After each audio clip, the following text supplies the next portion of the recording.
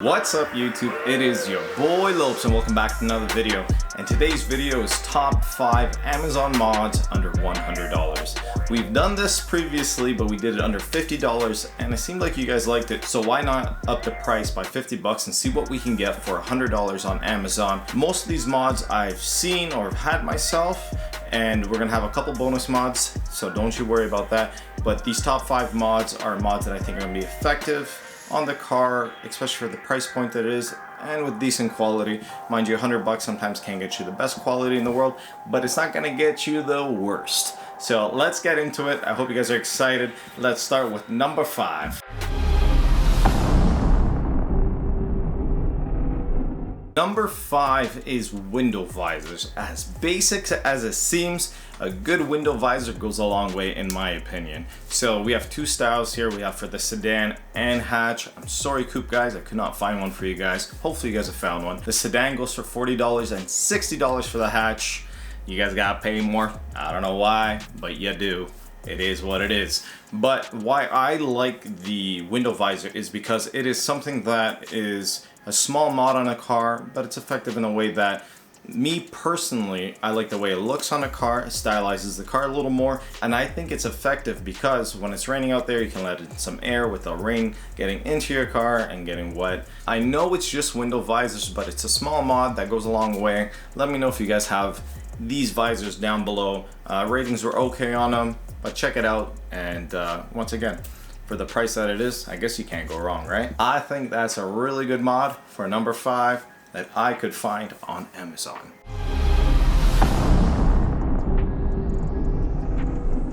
Number 4, this is for the non-SI guys, and I guess not the hatches because you guys have the same bumper as the SI. It is a front lip.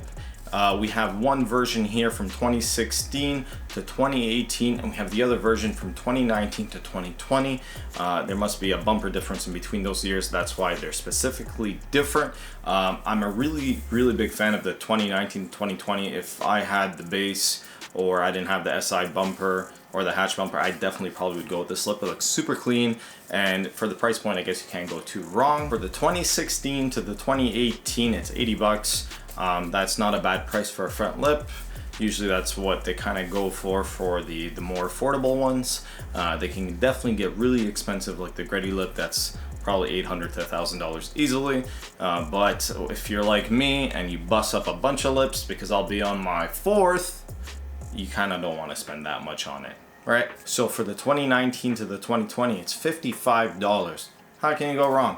If you guys have this, comment down below, let me know how you like it, let me know the build quality and whatnot. I personally don't have those lips, but I think they look really good. If I had that model, I would go with those lips, and for the price point that it is, can't go wrong. It's a front lip. I've smashed many of them. But let's get to number 3 and see what we got. Number 3 is the vented grille upgrade. Why I chose this is because a lot of these cars do have a bit of heating problems or overheating problems, especially the Type Rs.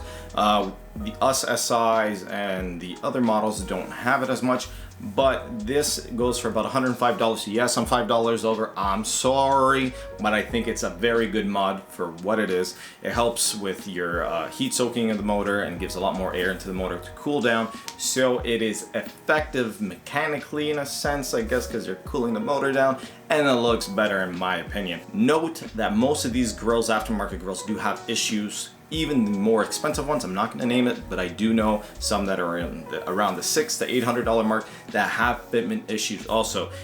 If you check Civic X forum, I believe there's a way of fixing the fitment with like a metal wire from like a coat hanger. Go check it out. I personally have this grill and I do have a bit of fitment issue, but I still wanted to put it within the top 5 because it's effective. So that is number 3. It looks really good. I do have an install video on it also, and then you can see what I'm talking about. I figured out a way to make the fitment as best as possible using zip ties, but go check it out for yourself if you want to.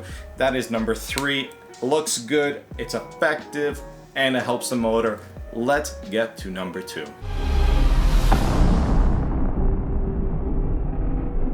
At number 2, I put the Acuity Poco shift knob. Why put at number 2? And why I chose the shift knob is because it's more than just a shift knob.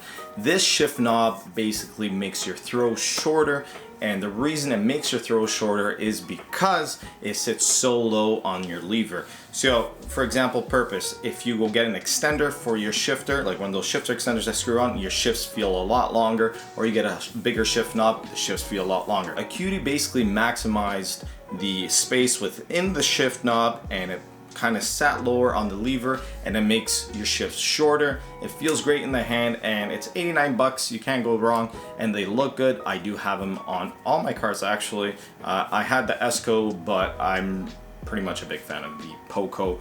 I do have the black one on tension, and whatever else car I get, if it's a Honda and that fits, it's gonna get it. You're getting a shift knob that looks good, a shift knob that reduces your throws. It's a good ball in your hand. Yeah. So that's why I chose number 2. It's just a shift knob, but it's a shift knob that does a little more than the rest. Let's get into number 1. You guys know what it is? Can you guess? Probably not. But let's get into number 1. Number 1 is something that you probably thought I wouldn't choose, but I chose it because it's something that I use every day in my car, and I got a lot of questions about it. It is the wireless docking station for your SIs and coupes and hatches and all your 10 gens. If you're Canadian like myself, we do have that built-in OEM into the cars, and it's something I use very often. I chose this because every single one of us have cell phones and we can use it. No more carrying those cables around. You just basically lay it there, which is probably one of the best spots to lay your cell phone anyways, and you lay it there and it just charges. Some advice, do not leave your like keys or metal on there. Supposedly, don't quote me, it's not good for it, but I chose this because I know it's something that a lot of us have use for, and I get a lot of questions about mine and how I have it and why you don't. Well, for $50 hairs, you can have it. The price point is great and it's effective, and yeah, that is number 1. So there's our top 5 mods, ladies and gentlemen. But I got some bonuses. Of course I have bonuses. This should have been like a top 8-ish, 9, 7, I don't know. I have a few bonus ones that I want to share with you guys. I did not put them in the list because they are more stylizing and they're not as effective. Even though I guess a front lip is stylizing too. But whatever, it didn't make the cut. But it is good enough to add into the video. Let me show you guys what I'm talking about. Bonus number 1. So I chose this because I really get annoyed with the quality in armrest, center console armrest, and the door panel armrest. And this is the leather replacement that you can choose a faux carbon or red stitching or black stitching. I would personally go with the red stitching. That is my style. I personally hate how hard it is to clean the center console and the armrests. I know you can do it, but it's annoying that it's just nasty dead skin cells just sitting there that get white, and if you spill something on it, it's just a material that's not very user-friendly in my opinion, and the leather kind of makes it a little more classy and looks a little better. So for these price points, you can't go wrong. The armrest is about $52. You can go full carbon, red stitching, black stitching, and I think it looks a lot better. I personally don't have it, but I think I'm gonna order it depending on what seat setup I do. These little mods that you do inside the interior will go a long way if you're trying to build yourself a nice car that's somewhat show car-ish and stuff. But these little mods go a long way. The armrest is around the $30 mark. It's not that expensive, but it is something that I'd probably recommend. Here is another bonus mod that I think you guys should do. This is something that Honda should have had from factory, and for some reason they didn't. If you guys know what I'm talking about, it is the side covers for the engine bay, and this comes with a Type R-ish cover for your actual valve cover. I personally didn't use that. I just used the side covers. I just think that Honda forgot to do it. Did you, Honda? If you're watching, let me know. The sides look like they're incomplete. It looks like a plastic should have been there. So these side pieces with the center valve cover-ish cover thingamajiggy, whatever you want to call it, the Type R-ish thingamajiggy goes for about 80 bucks.